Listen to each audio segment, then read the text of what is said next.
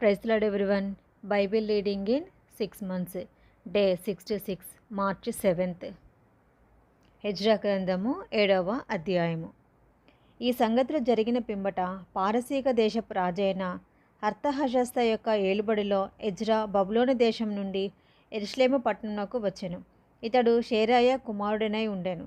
షేరాయ అజర్యా కుమారుడు, అజర్యా హిల్కియా కుమారుడు, హిల్కియా షల్లూము కుమారుడు, షల్లూము సాదోకు కుమారుడు, సాదోకు అహిటూబు కుమారుడు, అహిటూబు అమర్యా కుమారుడు, అమర్యా అజర్యా కుమారుడు, అజర్యా మేరాయోతు కుమారుడు, మేరాయోతు జెరహ్యా కుమారుడు, జెరహ్యా ఉజ్జీ కుమారుడు, ఉజ్జీ బుక్కీ కుమారుడు, బుక్కీ అబీషువ కుమారుడు, అబీషువ ఫినెహాసు కుమారుడు, ఫినెహాసు ఎలియాజరు కుమారుడు, ఎలియాజరు ప్రధాన యాజకుడైన అహరోను కుమారుడు.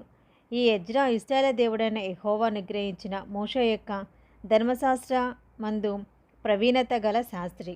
మరియు అతని దేవుడైన యెహోవా హస్తం అతనికి తోడుగా ఉన్నందున అతడు ఏ మనవి చేసినను రాజు అనుగ్రహించును. మరియు రాజైన అర్తహషస్త ఏలుబడి యందు 7వ సంవత్సరమున ఇశ్రాయేలు కొందరును, యాజకులను కొందరును, లేవీయులను, గాయకులను, ద్వారపాలకులను, నెతీనీయులను బయలుదేరి యెరూషలేము పట్టణమునకు వచ్చిరి.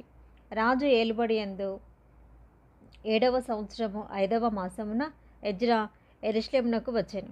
మొదటి నెల మొదటి దినమందు అతడు బబులోను దేశం నుండి బయలుదేరి తన దేవుని కరుణాహస్తం తనకు తోడుగా ఉన్నందున 5వ నెల మొదటి దినమున యెరూషలేమునకు చేరెను.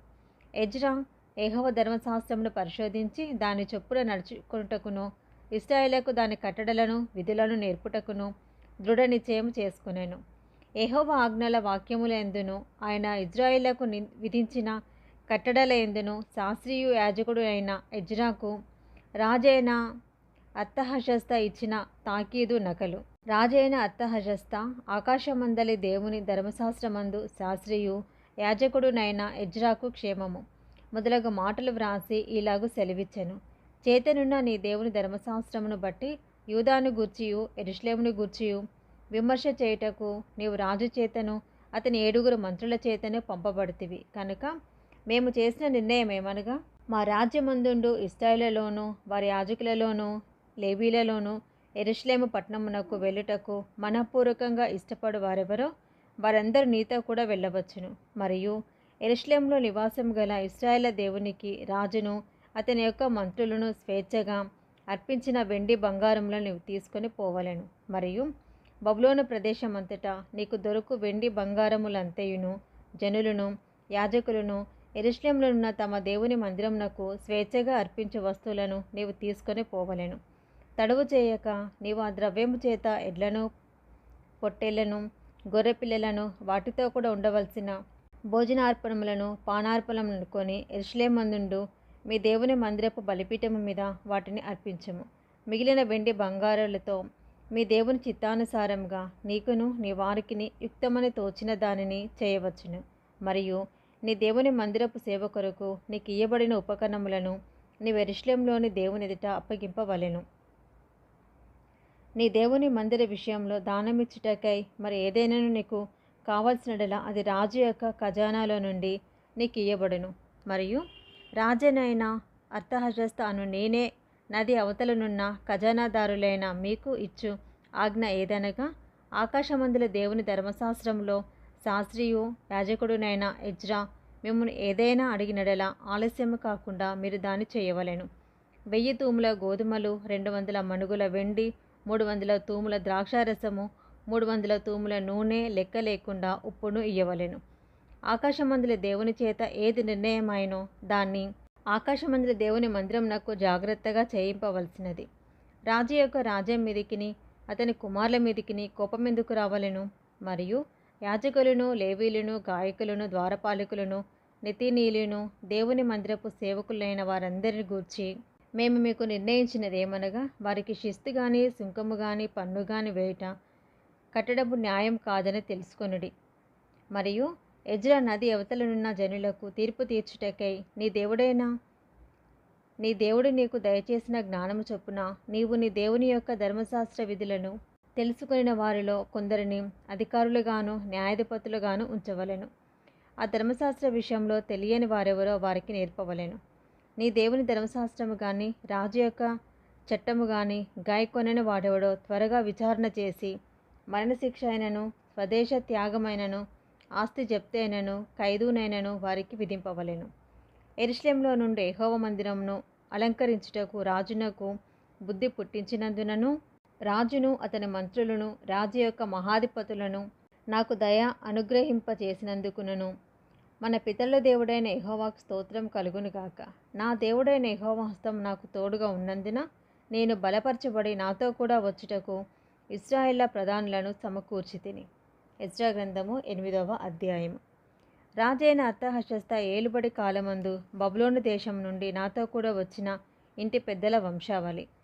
ఫినెహాసు వంశంలో గెర్షోమును, ఈతామారు వంశంలో దానియేలును, దావీదు వంశంలో హట్టూషును, షెకన్యా, పరోషుల వంశంలో జెకర్యాయు వంశావళికి 150 మంది పురుషులను లెక్కింపబడిరి. పహత్మోయాబు వంశములలో జెరహ్యా కుమారుడైన ఎల్యోయేనయు 200 మంది పురుషులను, షెకన్యా వంశంలో యహాజియేలు కుమారుడును 300 మంది పురుషులను, ఆదీను వంశంలో యోనాతాను కుమారుడైన ఏబేదును 50 మంది పురుషులను, ఏలాము వంశంలో అతల్యా కుమారుడైన యెషయాయు 70 మంది పురుషులను, షెఫట్య వంశంలో మీకాయేలు కుమారుడైన జెబద్యాయు 80 మంది పురుషులను, యోవాబు వంశంలో యెహీయేలు కుమారుడైన ఓబద్యాయు 218 పురుషులను, షెలోమీతు వంశంలో యోసిప్యా కుమారుడును 160 మంది పురుషులను, బేబై వంశంలో బేబై కుమారుడైన జెకర్యాయు 28 మంది పురుషులను, అజ్గాతు వంశంలో హక్కాటాను కుమారుడైన యోహానానును 110 మంది పురుషులను, అదోనీకాము యొక్క చిన్న కుమారులలో ఎలీపేలెటు, యెహీయేలు, షెమయాయు 60 మంది పురుషులను, బిగ్వాయి వంశంలో ఊతయును జబ్బూదును 70 మంది పురుషులను. వీరిని నేను అహావ వైపునకు పారు నది యొద్దకు సమకూర్చితిని. అచ్చట మేము 3 దినములు గుడారంలో ఉంటిమి. అంతలో నేను జనులను యాజకులను తనిఖీ చూడగా లేవీడొకడును నాకు కనబడలేదు. అప్పుడు నేను పెద్దలైన ఎలియేజరు, అరియేలు, షెమాయా, ఎల్నాతాను, యారీబు, ఎల్నాతాను, నాతాను, జెకర్యా, మెషుల్లాము అనువారిని, ఉపదేశకులకు యహారీబు, ఎల్నాతానులను పిలువనంపించి కాసిప్యా అను స్థలమందుండు అధికారి అయిన ఇద్దో యుద్ధకు వారిని పంపి మా దేవుని మందిరమునకు పరిచారకులను మా యుద్ధకు తీసుకొని వచ్చినట్లుగా కాసిప్యా అను స్థలమందుండు ఇద్దోతోనూ అతని బంధువులైన నెతినీలతోనూ చెప్పవలసిన మాటలను వారికి తెలియజెప్పి తిని. మా దేవుని కరుణాహస్తము మాకు తోడుగా ఉన్నందున వారు ప్రజ్ఞావంతుడైన ఒకరిని షెరెబ్యాను అతని కుమారులను సహోదరులను 18 మందిని తోడుకొని వచ్చిరి. ఆ ప్రజ్ఞావంతుడు మహాలి కుమారులలో ఒకడు. ఈ మహాలి ఇశ్రాయేలునకు పుట్టిన లేవి వంశస్థుడు. అషబ్యాను అతనితో కూడా మెరారీడగు హోషేయాను అతని బంధువులను వారి కుమారులైన 20 మందిని వారు తోడుకొని వచ్చిరి. మరియు లేవీలు చేయవలసిన సేవలో తోడ్పడుటకై దావీదును అధిపతులు నిర్ణయించిన నెతీనీలలో 220 మంది వచ్చిరి. వీరందరిని పేర్లు ఉదహరింపబడి నియమింపబడిన వారు. అప్పుడు దేవుని సన్నిధిని మమ్మల్ని మేము దుఃఖపరుచుకొని మాకును మా చిన్నవారికిని మా ఆస్తిని శుభప్రయాణం కలుగునట్లు ఆయనను వేడుకొనుటకు అహావా నది దగ్గర ఉపవాసముండని ప్రకటించి తిని. మేలు కలుగజేయుటకై అయినను ఆశ్రయించు వారికందరికీ మా దేవుని హస్తము తోడుగా ఉండును. కానీ ఆయన హస్తమును ఆయన ఉగ్రతయు ఆయనను విసర్జించు వారి అందరి మీదికి వచ్చునని మేము రాజుతో చెప్పి ఉంటిమి. కనుక మార్గమందున్న శత్రువుల విషయమే మాకు సహాయం చేయనట్లు కాల్బలమును రౌతులను రాజునొద్ద కావలెనని మనవి చేయుటకు సిగ్గు నాకు తోచెను. మేము ఉపవాసముండి ఆ సంగతిని బట్టి మా దేవుని వేడుకొనగా ఆయన మా మనవి ఆలకించెను. కనుక నేను యాజకులలో ప్రధానులైన 12 మందిని అనగా షెరెబ్యాను, హషబ్యాను వీరి బంధువులలో 10 మందిని ఏర్పరిచి మా దేవుని మందిరంను ప్రతిష్ఠించుట విషయంలో రాజును అతని మంత్రులను అధిపతులను అక్కడనున్న ఇశ్రాయేలందరినూ ప్రతిష్ఠించిన వెండి బంగారములను ఉపకరణములను తూచి వారికి అప్పగించి తిని. 1300 మణుగుల వెండిని, 200 మణుగుల వెండి ఉపకరణములను, 200 మణుగుల బంగారమును, 7000 తులుములు గల 20 బంగారపు గిన్నెలను, బంగారమంత వెలగల పరిశుద్ధమైన 2 రాగి పాత్రలను తూచి వారి చేతికి అప్పగించి, మీరు యెహోవాకు ప్రతిష్ఠింపబడిన వారు, పాత్రలను ప్రతిష్ఠితములైనవి. ఈ వెండి బంగారులను మీ పితరుల దేవుడైన యెహోవాకు స్వేచ్ఛార్పణలై ఉన్నవి. కాబట్టి మీరు యెరూషలేములో యెహోవా మందిరపు ఖజానా గదులలో యాజకుల యొక్కయు లేవీయుల యొక్కయు ఇశ్రాయేలు పెద్దల యొక్కయు ప్రధానులైన వారి ఎదుట వాటిని తూచి అప్పగించే వరకు వాటిని భద్రంగా ఉంచుడని వారితో చెప్పితిని. కాబట్టి యాజకులను లేవీయులను వాటి ఎత్తు ఎంతో తెలుసుకొని యెరూషలేములోనున్న మన దేవుని మందిరమునకు కొనిపోవుటకై ఆ వెండి బంగారములను పాత్రలను తీసుకొనిరి. మేము మొదటి నెల 12వ దినమందు యెరూషలేమునకు వచ్చుటకై అహావా నది నుండి బయలుదేరగా మా దేవుని హస్తము మాకు తోడుగా నుండి శత్రువుల చేతిలో నుండి మార్గమందు పొంచియున్న వారి చేతిలో నుండి మమ్మల్ని తప్పించినందున మేము యెరూషలేమునకు వచ్చి 3 దినములు అక్కడ బస చేసితిమి. 4వ దినమున వెండి బంగారములను పాత్రలను మా దేవుని మందిరమందు యాజకుడైన ఉరియా కుమారుడైన మెరేమోతు చేత తూనీక వేయబడెను. అతనితో కూడా ఫినెహాసు కుమారుడైన ఎలియాజరు ఉండెను. వీరితో లేవీయులైన యేషువ కుమారుడైన యోజాబాదును బిన్నూయి కుమారుడైన నొవద్యాయును కూడా నుండెరి. సంఖ్య చొప్పునను ఎత్తు చొప్పునను అన్నిటినీ సరిచూచిన తర్వాత వాటి ఎత్తు ఎంతైనది లెక్కలలో వ్రాసిరి. మరియు చెరలోనికి కొనిపోబడిన వారికి పుట్టి చెర నుండి విడుదల నుండి తిరిగి వచ్చిన వారు ఇశ్రాయేలు దేవునికి దహన బలులు అర్పించిరి. ఇశ్రాయేలు అందరి కొరకు 12 ఎడ్లను, 96 పొట్టేళ్లను, 77 గొర్రెపిల్లలను, పాప పరిహారార్థ బలిగా 12 మేకపోతులను తెచ్చి అన్నిటిని దహన బలిగా యెహోవాకు అర్పించిరి. వారు రాజు యొక్క నిర్ణయములను రాజు యొక్క సేనాధిపతులకును నది ఇవతలనున్న అధికారులకును అప్పగించిన తర్వాత వీరు జనులకును దేవుని మందిరపు పనికిని సహాయము చేసిరి. 9వ అధ్యాయము. ఈ సంగతులు సమాప్తమైన తర్వాత పెద్దలు నా యొద్దకు వచ్చి ఇశ్రాయేలును, యాజకులను, లేవీయులను, కనానీయులు, హిత్తీయులు, పెరిజ్జీయులు, యెబూసీయులు, అమ్మోనీయులు, మోయాబీయులు, ఐగుప్తీయులు, అమోరీయులు అను దేశపు జనులలో నుండి తమ్మును తాము వేరుపరచుకొనక వారు చేయు అసహ్యమైన కార్యములను తామే చేయొచ్చు, వారి కుమార్తెలను పెళ్లి చేసుకొనుచు తమ కుమారులకును తీసుకొనుచు పరిశుద్ధ సంతతిగా ఉండవలసిన తాము ఆ దేశపు జనులతో కలిసి కొనిన వారైరి. ఈ అపరాధం చేసిన వారిలో పెద్దలను అధికారులు నిజముగా ముఖ్యులై ఉండిరని చెప్పిరి. నేను ఈ సంగతి విని నా వస్త్రమును పైదుప్పటిని చింపుకొని నా తల వెంట్రుకలను నా గడ్డపు వెంట్రుకలను పెరికి వేసుకొని విభ్రాంతి పడి కూర్చుంటిని. చెరపట్టబడిన వారి అపరాధమును చూచి ఇశ్రాయేలు దేవుని మాటకు భయపడిన వారందరూ నా యొద్దకు కూడి వచ్చిరి. నేను విభ్రాంతి పడి సాయంత్రపు అర్పణ వేళ వరకు కూర్చుంటిని. సాయంత్రపు అర్పణ వేళకు శ్రమ తీరగా నేను లేచి నా వస్త్రమును పైదుప్పటిని చింపుకొని మోకాలి మీద పడి నా దేవుడైన యెహోవా తట్టు చేతులెత్తి, నా దేవా, నా దేవా, నా ముఖము నీ వైపు ఎత్తి కొనుటకు సిగ్గుపడి కిన్నుడనై ఉన్నాను. మా దోషములు మా తలలకు పైగా హెచ్చి ఉన్నవి. మా అపరాధము ఆకాశమంత ఎత్తుగా పెరిగి ఉంది. మా పితరుల దినములు మొదలుకొని నేటి వరకు మేము మిక్కిలి అపరాధులము. మా దోషములను బట్టి మేమును మా రాజులను మా యాజకులను అన్య దేశంలో రాజుల వశమునకును ఖడ్గమునకును చెరకును దోపునకును నేటి దినమున ఉన్నట్లు అప్పగింపబడుట చేత మిగులు సిగ్గు నొందిన వారమైతిమి. అయితే ఇప్పుడు మా దేవుడు మా నేత్రములకు వెలుగునిచ్చి మా దాస్యంలో మమ్మను కొంచెము తెప్పరిల చేయనట్లుగాను మాలో ఒక శేషము ఉండనిచ్చినట్లు గాను తన పరిశుద్ధ స్థలమందు మమ్మను స్థిరపరచినట్లుగాను మా దేవుడైన యెహోవా కొంత మట్టుకు మా యెడల దయచూపి ఉన్నాడు. నిజంగా మేము దాసులమైతిమి. అయితే మా దేవుడైన నీవు మా దాస్యంలో మమ్మను విడవక పారసీక దేశపు రాజుల ఎదుట మాకు దయ కనపరిచితివి. మేము తెప్పరిల్లినట్లుగా మా దేవుని మందిరమును నిలిపి దాని పాడైన స్థలమును తిరిగి బాగు చేయుటకును యూదా దేశమందును యెరూషలేము పట్టణమందును మాకు ఒక ఆశ్రయం నిచ్చుటకును కృప చూపితివి. మా దేవా, ఇంత కృప నొందిన తర్వాత మేమేమి చెప్పగలము? నిజముగా ప్రవక్తలైన నీ దాసుల ద్వారా నీవిచ్చిన ఆజ్ఞలను మేము అనుసరింపకపోతిమి కదా. వారు మీరు స్వతంత్రించుకొనబోవు దేశము దాని నివాసుల అపవిత్రత చేతను వారు చేయు అసహ్యమైన వాటి చేతను అపవిత్రమాయెను.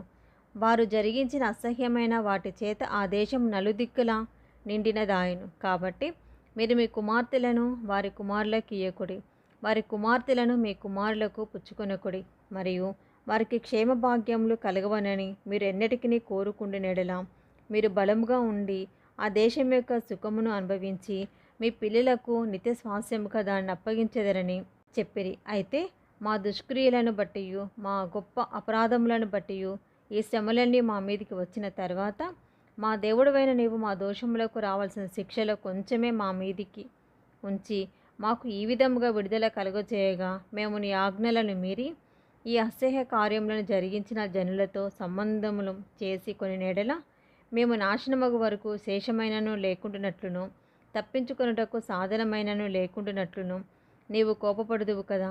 యెహోవా ఇశ్రాయేలు దేవా, నీవు నీతిమంతుడవై ఉన్నావు. అందువలననే నేటి దినమున ఉన్నట్లు మేము శేషించి నిల్చుచున్నాము. చిత్తగించము, మేము నీ సన్నిధిని అపరాధులము కనుక నీ సన్నిధిని నిల్చుటకు అర్హులము కామని ప్రార్థన చేసి తిని. 10వ అధ్యాయము, చివరి అధ్యాయం కూడా అండి హెజ్రా గ్రంథంలో. ఎజ్రా ఏడ్చుచు దేవుని మందిరం ఎదుట సాష్టాంగపడుచు పాపమును ఒప్పుకొని ప్రార్థన చేశాను. ఇశ్రాయేలులో పురుషులు స్త్రీలు చిన్నవారు మిక్కిలి గొప్ప సమూహంగా అతని ఎద్దకు కూడివచ్చి బహుగా ఏడవగా, ఏలాము కుమారులలో నొకడును యెహీయేలు కుమారుడైన షెకన్యా ఎజ్రాతో ఇట్లనెను, మేము దేశమందుండు అన్యజనులలోని స్త్రీలను పెళ్లి చేసుకొని మా దేవుని దృష్టికి పాపం చేసితిమి. అయితే ఈ విషయంలో ఇశ్రాయేలీయులు తమ నడవడి దిద్దుకొందురను నిరీక్షణ కద్దు. కాబట్టి ఈ పని ధర్మశాస్త్రానుసారంగా జరిగినట్లు ఏలినవాడవైన నీ యోచనను బట్టియు దైవాజ్ఞకు భయపడే వారి యోచనను బట్టియు ఈ భార్యలను వారికి పుట్టిన వారి వెలివేయించదమని మన దేవునితో నిబంధన చేసుకునేదము. లెమ్ము, ఈ పని నీ ఆధీనంలో ఉన్నది, మేమును నీతో కూడా నుందము.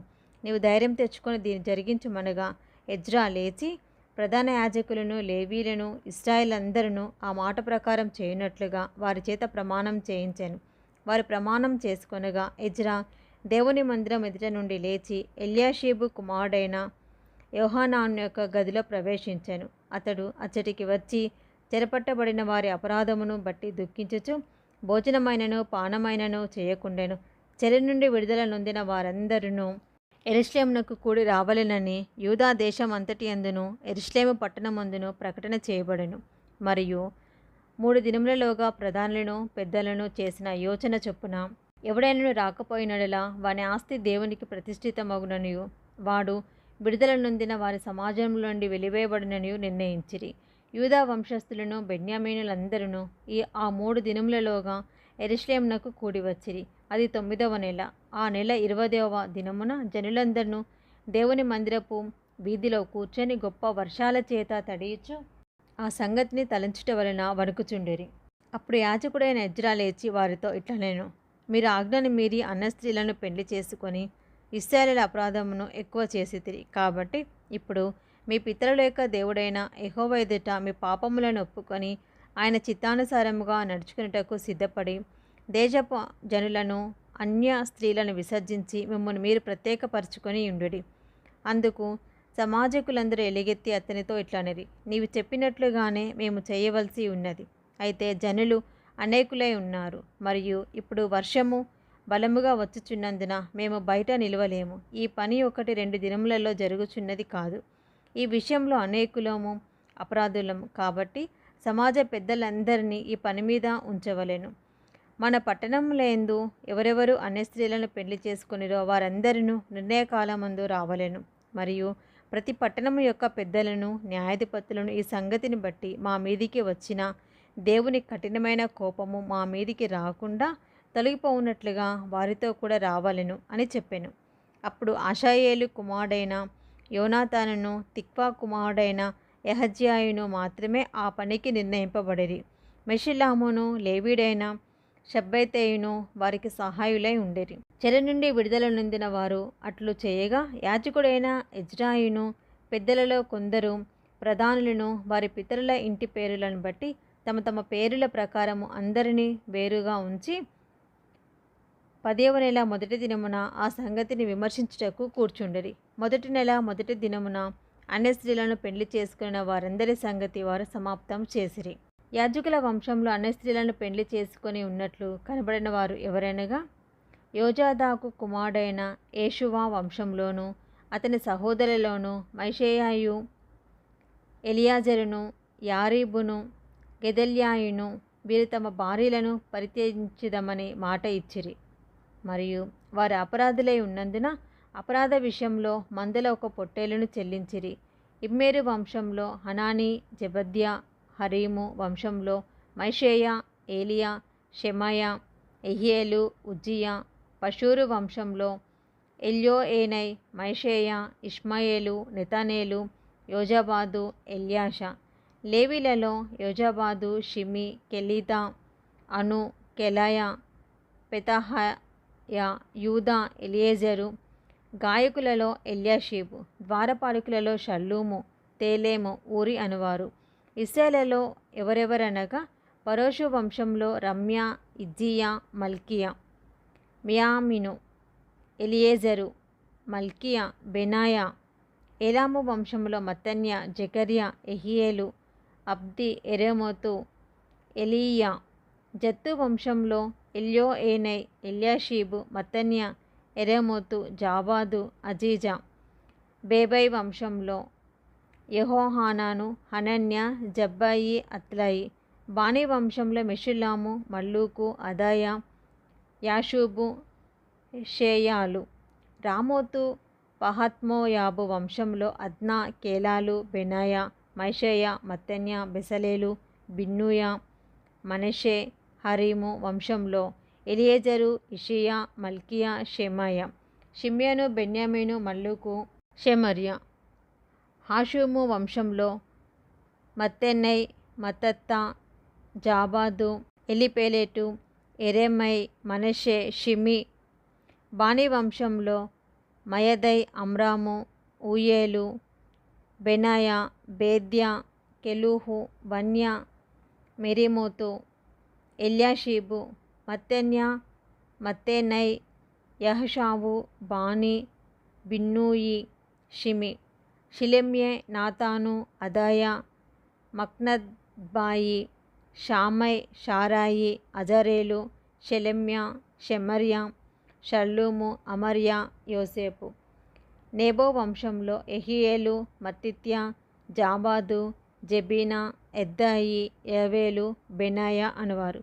వీరందరూ అన్య స్త్రీలను పెళ్లి చేసుకొని ఉండిరి. ఈ స్త్రీలలో కొందరు పిల్లలు కలవారు. ఇది ఎజ్రా గ్రంథం అండి. Praise the lord.